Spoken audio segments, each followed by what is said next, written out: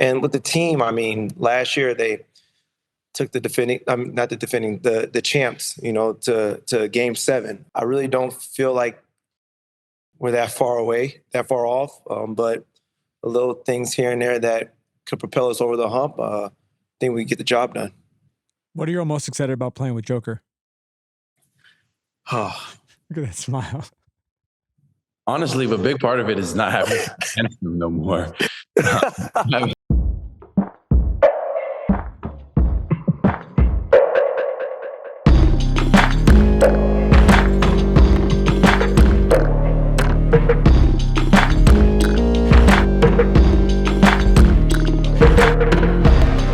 Back to the Young Man in the Three, as always presented by 342 Productions and Wondering Media. We had a big one, Cam. Here today with my new current teammate, Tim Hardaway Jr., the Denver Nuggets. Thank you, guys. Great signing, great vet, great shooter, great player. Should add a lot of dimensions to the team. Thank you, guys. Thank you all for having me. Tim, honor and a privilege. What was your thought process behind your decision? Well, this didn't come about at all. Just at the start of things, just a lot of seeking, a lot of visualizing, a lot of just figuring things out with my agent. And thankfully, a couple of teams reached out, and I was very excited that one of them were the Denver Nuggets, and really didn't hesitate, I would say. Once I got the call, kind of understood. And me playing in the West Coast, I mean, Cam, you understand this as well. Like, it's a great conference, so just happy to, go back over there and be a part of it. Cam, we've talked a lot about what it's like to be traded.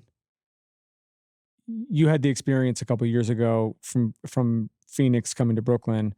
When you heard this happen, we talked right afterwards. What was your immediate thought before you got to the Denver process about just the sort of shock of everybody hitting you?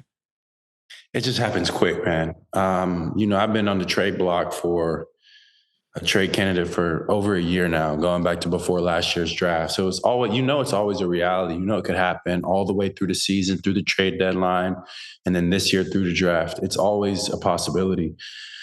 But still, when you get the call, it still happens fast. Like, I just finished a workout, I'm going to shower, and then my agent calls me, and I can tell by the tone of his voice that, it's a little serious. And then I get a call from Sean, the GM of Brooklyn, and it's just boom, boom, boom, boom, boom. And just like that, switching teams, switching cities. Obviously, the process is way different in the offseason than in season, but still a lot to do in switching over. Tim, Cam and I were talking about this earlier today. I'm curious your perspective. There's so much that goes into moving, like literally moving, and you've been through this a bunch in your career. What's your sort of like, what are your cheats now? Like, what's your advice even to like the younger guys about this process of like you mentioned, you're going to Denver tomorrow. But the actual process of like physically, like you guys got to go and now figure it out. Yeah. I mean, thankfully, the organizations have people that, help you out with that along the way. For me personally, thankfully I've only gotten, either traded or picked up in free agency in the summer. So I had a good amount of time just to pack up everything, have time to look at places in the new cities, wherever I'm playing, and kind of a smooth, easy transition. But during the season, I don't wish that upon anybody, man, at all. So really got to pick up and go, pack light, and get to your city as quick as possible. What are you guys both most excited about this current roster? I feel like the Denver fans are really, really hyped over the last week. With this group, what are you sort of most excited about? I think we all know what the group is capable of. They're fresh off the championship just a couple seasons ago. They have tremendous players, tremendous pieces. And from everything I've been told, a high-level coaching staff. Tommy, you mentioned before that they were 30th in three-point attempts last season. We can fact check that. But if that's true, it's not for a lack of opportunity. It's not for a lack of spacing on the court because, Tim, we both played against Denver plenty of times. Like as they have Jamal, AG, Jokic, they're able to pull guys around the court and create double teams, create kickouts, create sprays, create one mores.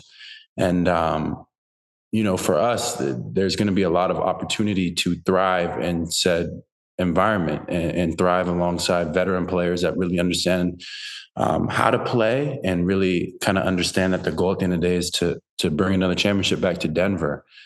So the opportunity is really exciting for us, probably in particular, Tim. And then we add back to that team. It just, that Denver's starting unit last year was incredibly efficient and really good. And so I just think the depth that we have on this team now is puts us in a position where we're pretty serious contenders. Yeah, and just the way that they move the ball, the way, like Cam said, basically last in 3-point attempts.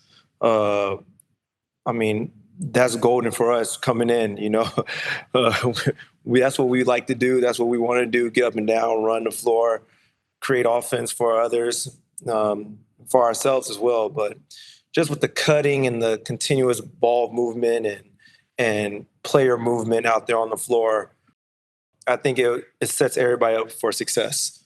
And for us personally, the environment, like Cam said, with the coaching staff and the front office, I'm pretty sure everybody's going to put us in situations where we can be successful. And with the team, last year they took the champs, to Game 7. So I really don't feel like we're that far off. But the little things here and there that could propel us over the hump, I think we get the job done. What are you most excited about playing with Joker? Oh, look at that smile. Honestly, a big part of it is not having him no more. Because he's a problem. He's just a problem. That's it, period. And he can pass, he can rebound, he can score, he can come, you know what I mean? You don't know what you're going to get on any given day, like kind of what mode he's in. But, man, just it's an uncanny ability he has, spatial awareness, just how he feels the game, how he understands the game. Like he does it in a way different than anybody else in the league. It's made him, one of the best players in the league and one of the best players in league history. From a pure numbers perspective, you're not really touching his output over the past couple of years. Mm-hmm. And it's not accidental. Like he's just that good. So to be able to play off of that, to be able to make those reads, like me and Tim both will really enjoy playing off these high level players where we're able to cut, find open spots, get up and down the court, make the right play, and it can just be simple, It can just not force the issue as much.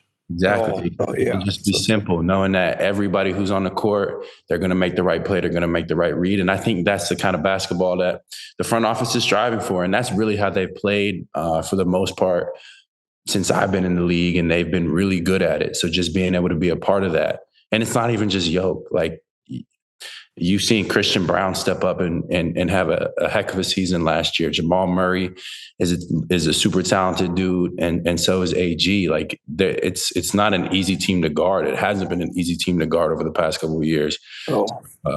Just being able to fit in that environment is going to be a lot of fun for us.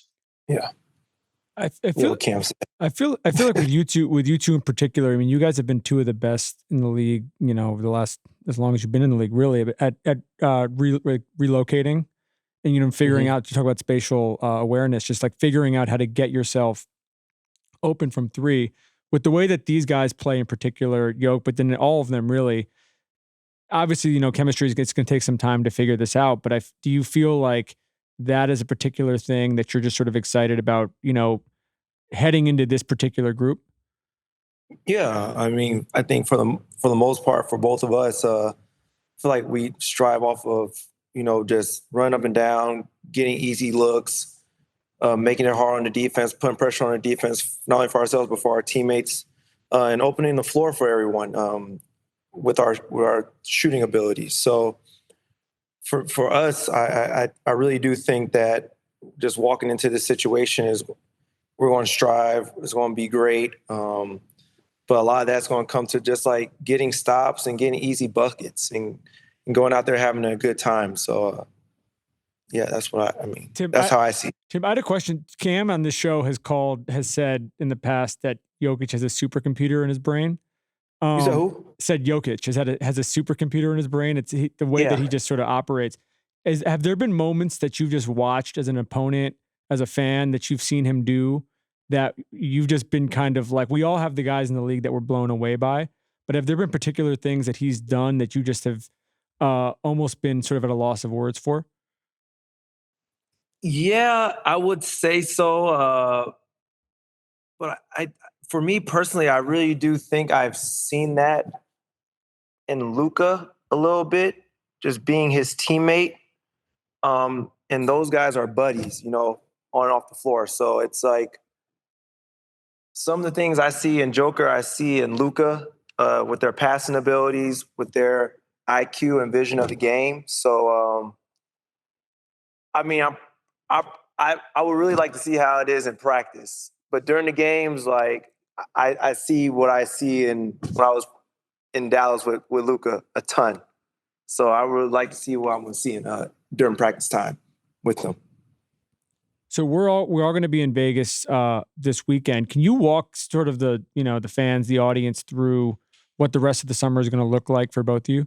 Well, one, it's the obvious. It's packing up out of Brooklyn, getting everything up to Denver, and getting settled out there. Right. That's kind of just step one. From that point, it's like you want to get kind of settled. I think I'll be in Denver probably periodically throughout the rest of the summer, getting in. You know, it's like like we talked about this, Tommy. We talked about the benefit of being traded in the offseason is that you have time to actually kind of set up and get everything ready, get yourself ready for season, try to get a little comfy. So that's what I'm going to try to do. We'll probably get in the gym this weekend at Summer League as a group, play a little bit. We'll probably get the guys together at some point in the summer again, play a little bit, get to know each other a little better, and then kind of lock in that September period going into training camp. And I think that's going to be big for us in terms of just kind of setting the building blocks, the foundation, and kind of getting everybody up to speed on how we're going to play and what's going to make it work for us. Yeah. I think just to add on to that, everything what Cam said, going back to Detroit, getting things moved out, getting settled in Denver comfortably, and just getting used to that altitude, man. That's all looking forward to be honest with you. Yeah. Just getting used to that and working out there, get a feel for it, get an idea of how my body operates around that.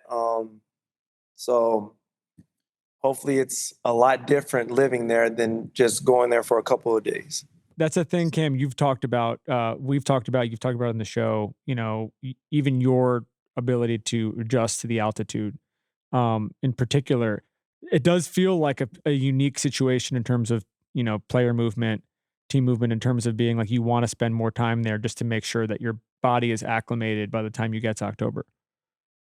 Yeah, I mean, honestly, I feel like a lot of the times I've played in Denver in the regular season have come on back-to-backs.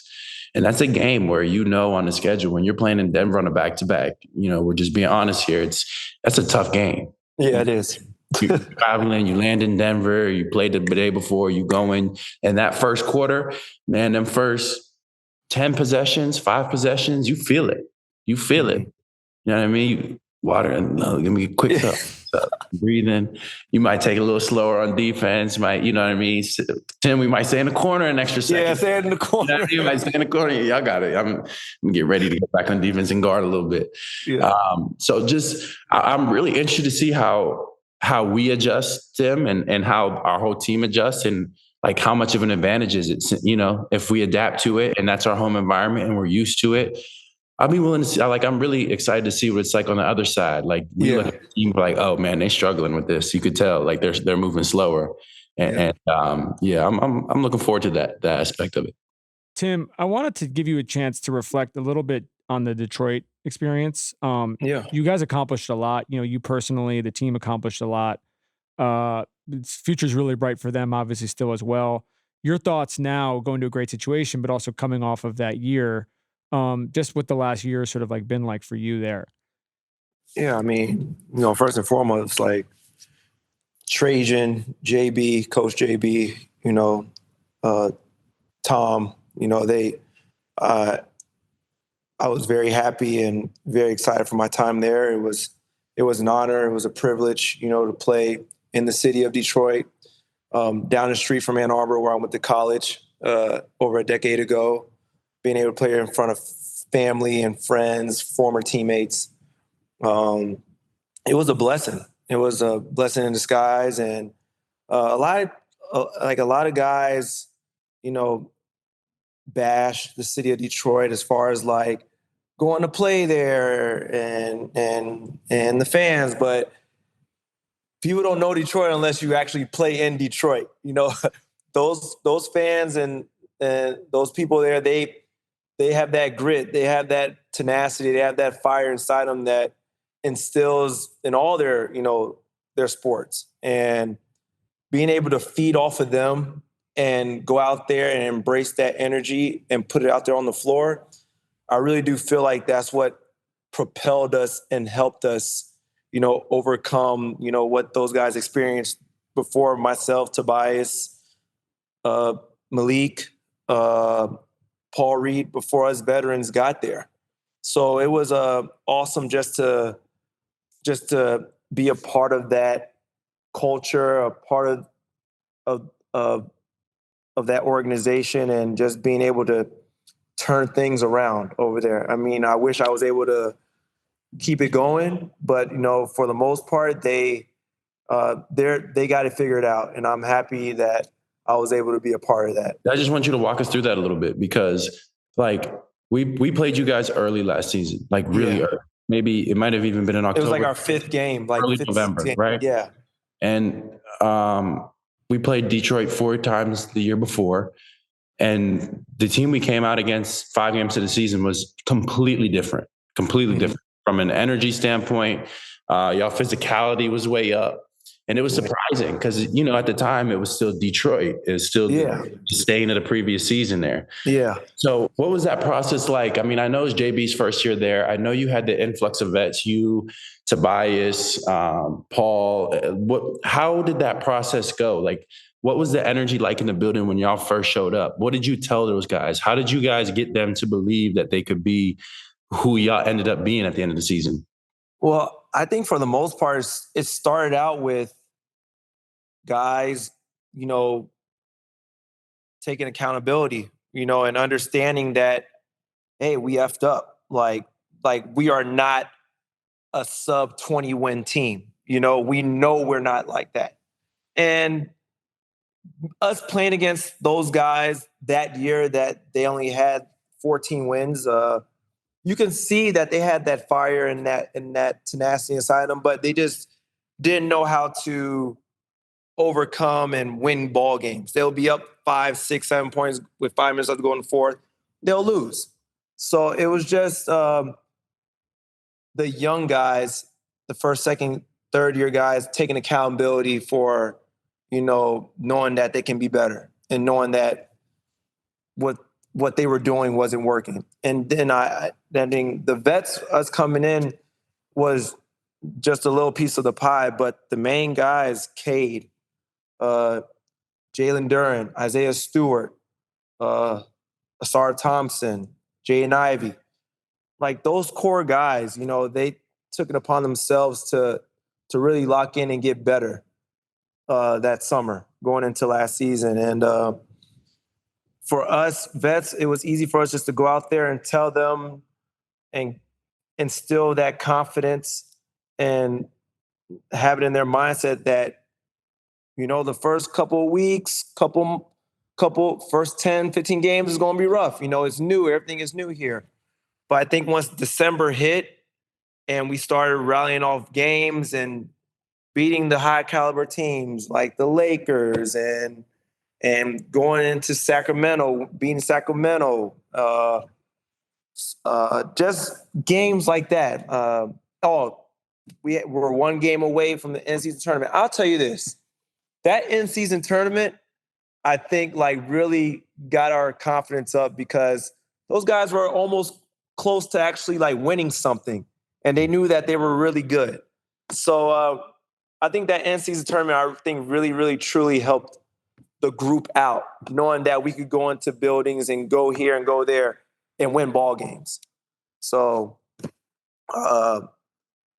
it was fun, man. It was fun. Tim, you mentioned you've played with a bunch of special guys over the years. You mentioned Luka just as an example of this. When you look at Cade, unbelievable year. Oh yeah, he's gonna have an unbelievable career.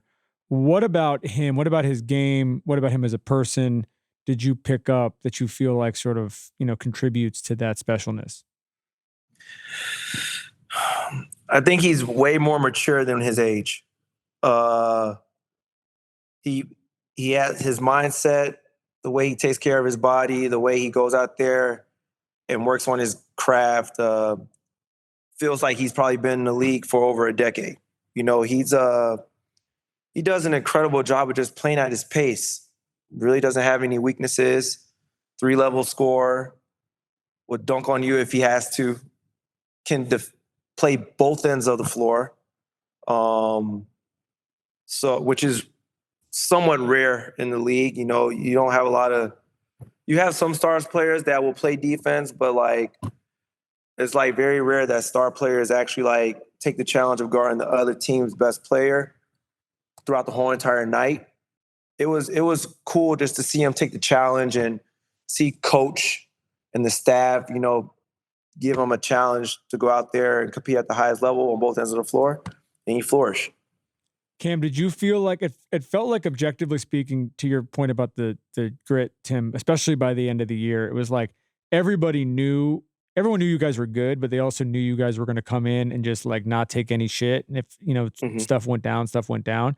Did you guys feel like there was a shift in that as an opponent in terms of like, this team is going to come in here, and if we are like not ready, not only are they going to beat us, but they might just like rough us up a little bit?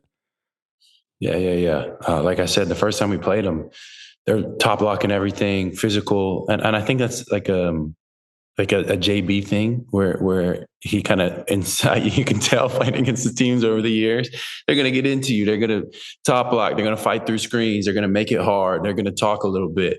And so it was a different energy. It was definitely a different energy. We played them a couple times throughout the year, and they consistently played that way. And not only did they play that way defensively with energy, but their offense had energy. They had pace. They were moving the ball around, generating open shots. And it was like a sense where the team kind of had joy for each other. Like they love what they're doing. Like they embrace their group. And so from an outside perspective, like that's exactly what you want to see in a team that just got punched in the mouth pretty good the season before, where you get guys in and, basically completely change overnight. So yeah, there was definitely a change in energy when playing the Pistons. It became, you're getting into a fight, and sometimes literally a fight. I was gonna say, Tim, can you fill us in on being good job, Stu. I was gonna say, can you fill us in on being his teammate? Because we've had a bunch of people come on the show not his teammate. Everyone respects him, but he definitely gets into it with people. So being his teammate, what that's like. Man, Isaiah Stewart is probably one of the best teammates I've ever had, man. He has a heart of gold. Wouldn't hurt a fly. But when he steps in between them lines, I don't know what triggers him or what happens. But he becomes something that you can't really teach. So, but that right there, that type of attitude and that type of energy that he brought, it kind of molded what the Pistons were about back in the day. And it gave us like that energy to go out there and try to do whatever we could to win. So, but Stu, man, he's a good dude. He's a really good dude, man. I feel like every month to 6 weeks, we would just get a moment. There would just be something would happen, and it would be oh shit, some shit's going down in Detroit right now. Yeah. Yeah. I mean, it was always like that. Like, and coach and everybody kind of already knew, like, hey, like, if shit hits the fan, just have each other's back, like, no matter what. And then it got to a point where, all right, we probably got to tone it down a little bit. The league is calling us, like, we got to make sure everything is good. But for the most part, it was fun to be around and experience that.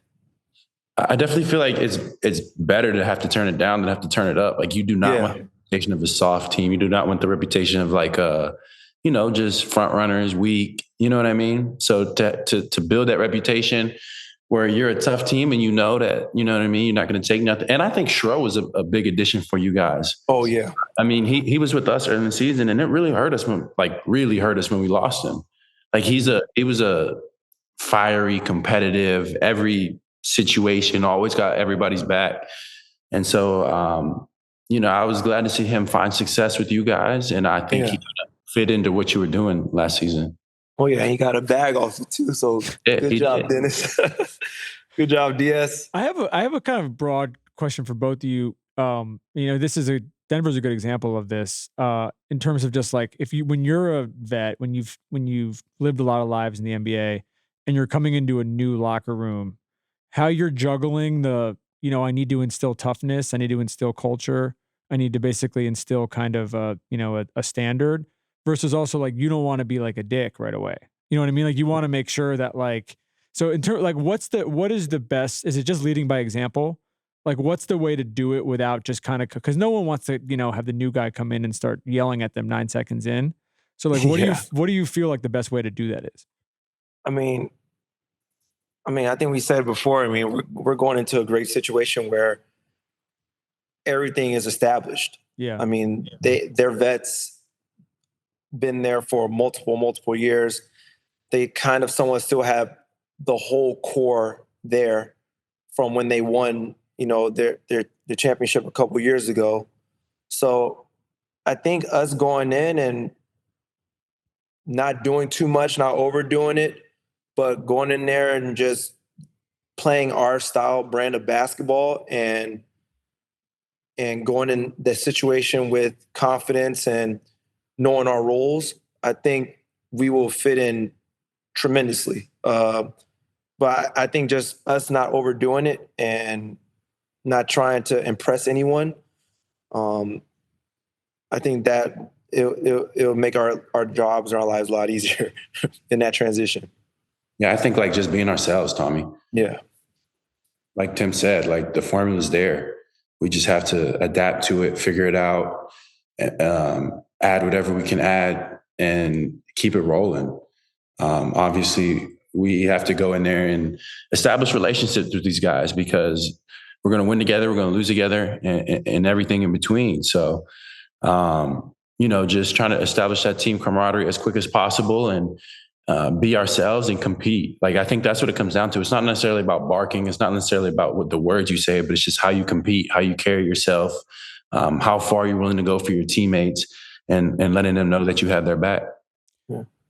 Cam, to the reflection point, the Brooklyn experience, just wanted to get your thoughts. We've talked about it a ton here. Obviously, we're going to miss you in this. Richie and I are going to miss you in this studio. But really hold down the golf. The experience overall, post trade, great season last year, a bunch of great guys, bunch of sort of like lifelong friendships. But your experience overall. Yeah, first of all, man, I love the people in that building. My teammates, coaching staff, front office, training staff, strength staff. Like the best part about playing in Brooklyn for me was just showing up to work every day and seeing those guys and ladies that we had in the building. And I enjoyed it because of that. And I had faith in what we were building because of that. I really think Jordy's a fantastic coach. Like playing, that one season under him, personnel constantly shifting. We had trades, we had injuries. He always maintained such a good approach to the team, and he was always able to motivate us to play hard. I mean, our record wasn't great last year, but I think throughout the season, we consistently gave effort. And I credit our coaching staff a lot for that. And 2 years there, playoffs when we first got there. Obviously, we wish we could have been better, and I was willing to do everything I could in my power to get us back on a winning track. And I think they'll get there eventually. I have faith in those guys in that building. And obviously, I'll miss them and I appreciate them. I appreciate everything they did for myself and my career. And, I wish Mike best of luck too going there and figuring the situation out and helping contribute to winning basketball. It's never to be taken lightly when you add championship pedigree to a team.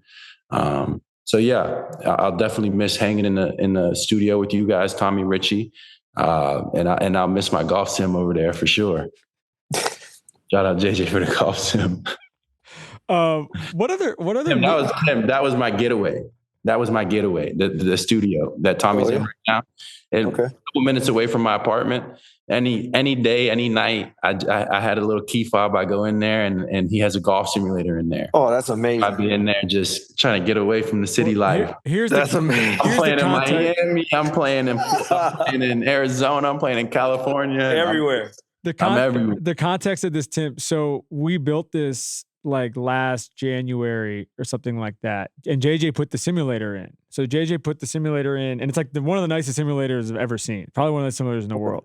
And he put it in and he was playing it every day and people would sort of come and play or whatever it is. And then he goes and takes the Laker job and it's just kind of sitting here, just chilling. It's like, I'll use it a little bit, but it's basically just chilling. And Cam comes in one day and he's like, what is this? And I explained it to him. And then literally he's here every day. It just became like the hang. It just is the spot that everyone was rolling through, just coming and oh my god! Now we'll see what happens with it. Like JJ might want it back. Cam, he might be down. You guys might be able to work something out. We'll ship it off to you guys. Are gonna have your own compound in Denver to put this thing up. Oh yeah. And maybe we might get some sunny days where we can head out to the range or get on the course with a little 9 or 18. I'm down with that. They say Denver has that random 65-degree sunny day every now and then in the we're going to check it out for sure. What else last couple of weeks have you guys around the league, were you impressed by, if you like seeing, you think has worked in terms of moves? I mean, should we just talk about Houston? I mean, that's probably the easiest one so far. I mean, acquiring KD, getting Dorian Finney-Smith.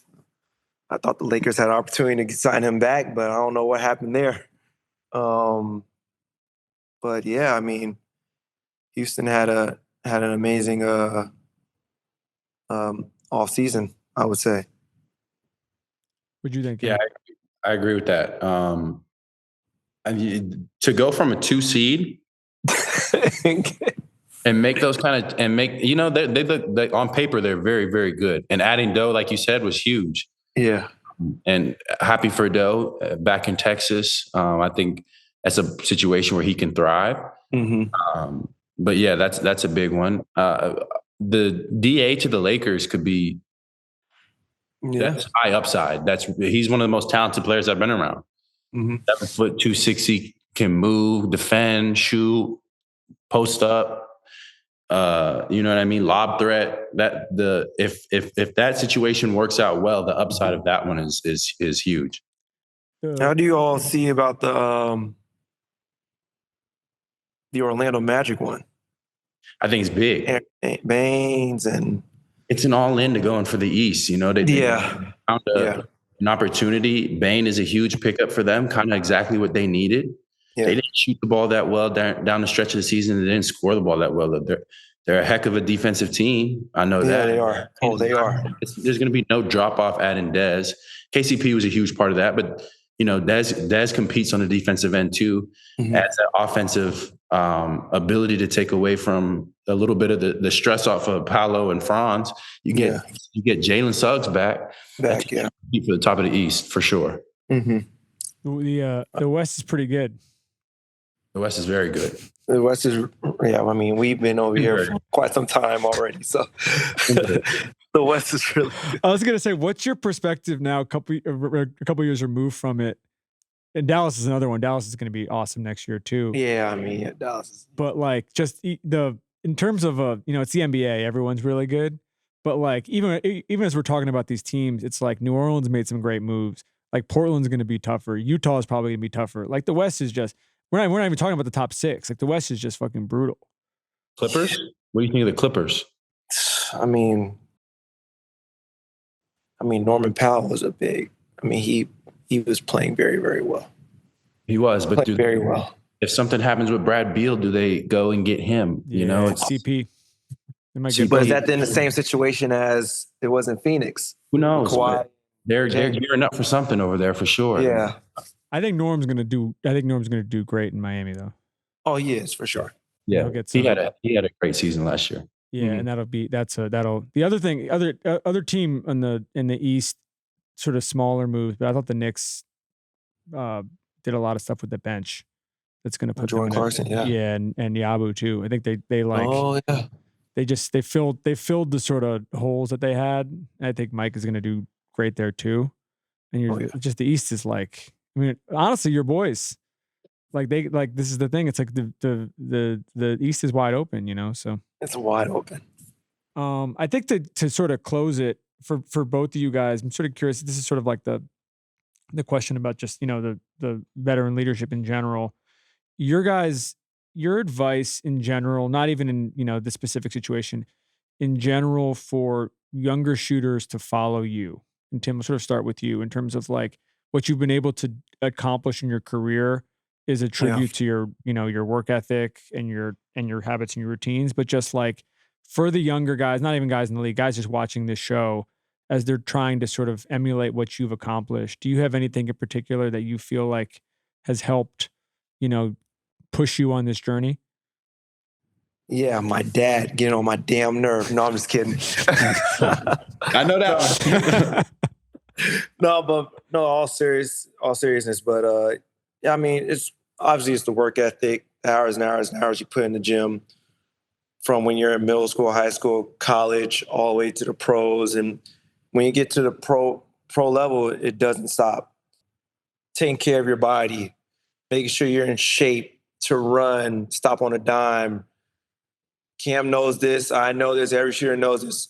Sprint your ass all the way down to that corner. It's the easiest three in the game. Getting your confidence up with that. And just following in the footsteps of the guys that come before you. For me, I mean, I was a big fan of Ray Allen, but I had also a privilege and honor to play alongside Kyle Korver. So anytime I was in Atlanta, so anytime I was shooting or I had struggle shooting, I would literally sit there and watch him shoot, watch his whole routine, look at his hand placement, look at his feet, look at where he generates all his energy to get the ball up in the air as quickly and as efficiently as possible. So for me, it was just making sure I just studied the game, not just go out there and shoot, but study the game, study the shooters that came before me, and don't be an asshole. Like if you need help, ask for help. You know, everybody was top dogs where they were before, but everyone needs help in the society, not even in basketball, but in life in general. So don't be scared to ask for it. Yeah, I completely agree with everything you said there, Tim. And like, just be willing to be a sponge, you know? A big part of what we do is a lot of it is what we established when we were young, the fundamentals of it, rep and form shooting over and over and over again. And establishing that base, you work on that still. Like I'm sure you have it, I have it. There's days where you break it down, go back to the fundamentals, go back to the basics, work on your follow through, work on your release point, work on your base, work on your elevation, all those things. And then as you get older, as you get better, as you start to graduate in level that you're playing, you find different ways to kind of simulate game shooting. Because as much as you have to be able to stand on the arc, shoot 23 pointers and make a high clip of them, right? Mm-hmm. 5 spots. You shoot 100 3-pointers, you should make a high clip of them as an NBA player, you know? But a lot of guys do. There's a difference between taking that and then making game makes, because the best shooters in the NBA out of 100 spot up uncontested shots will make high 80s or around that, mid-high 80s. Mm-hmm. But the best shooters in the NBA, when you're playing against live competition, are shooting in the 40s, low 40s at that. You know what I mean? So understanding the difference, understanding how to make that game percentage, that ability to make shots in the game increase towards that number of when you're shooting uncontested comes in a variety of ways. For me personally, I like to kind of simulate the pressures of the game because that's something that people don't necessarily talk about. How do you feel when you're 0 for 4 from 3 in the first quarter? You feel horrible. You're like shit. Especially when you're open 3 of those 4. Boom. But it's going to happen, Tim, right? It's going to happen. Exactly. So like how in practice can I simulate stress, disappointment? Am I shooting with closeouts? Am I shooting off of live reads? Am I shooting? So for me personally, some days I'll go 50 shots from 3, 10 shots, 5 spots, whatever. If I, no start on the make, no nothing. When I shoot it, I have to live with the result. Yeah. And so I want 40 plus, 42 plus.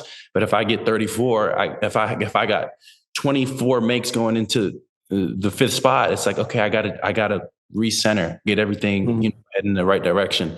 So finding ways to simulate game-like reps or game-like the mental side of it is a big step in becoming a better shooter and making it as a shooter in the NBA. Oh, that was very well said. Tim Hardaway Jr., Cam Johnson, Denver, you are going to enjoy these guys. We will see you this weekend. No doubt. I appreciate you guys.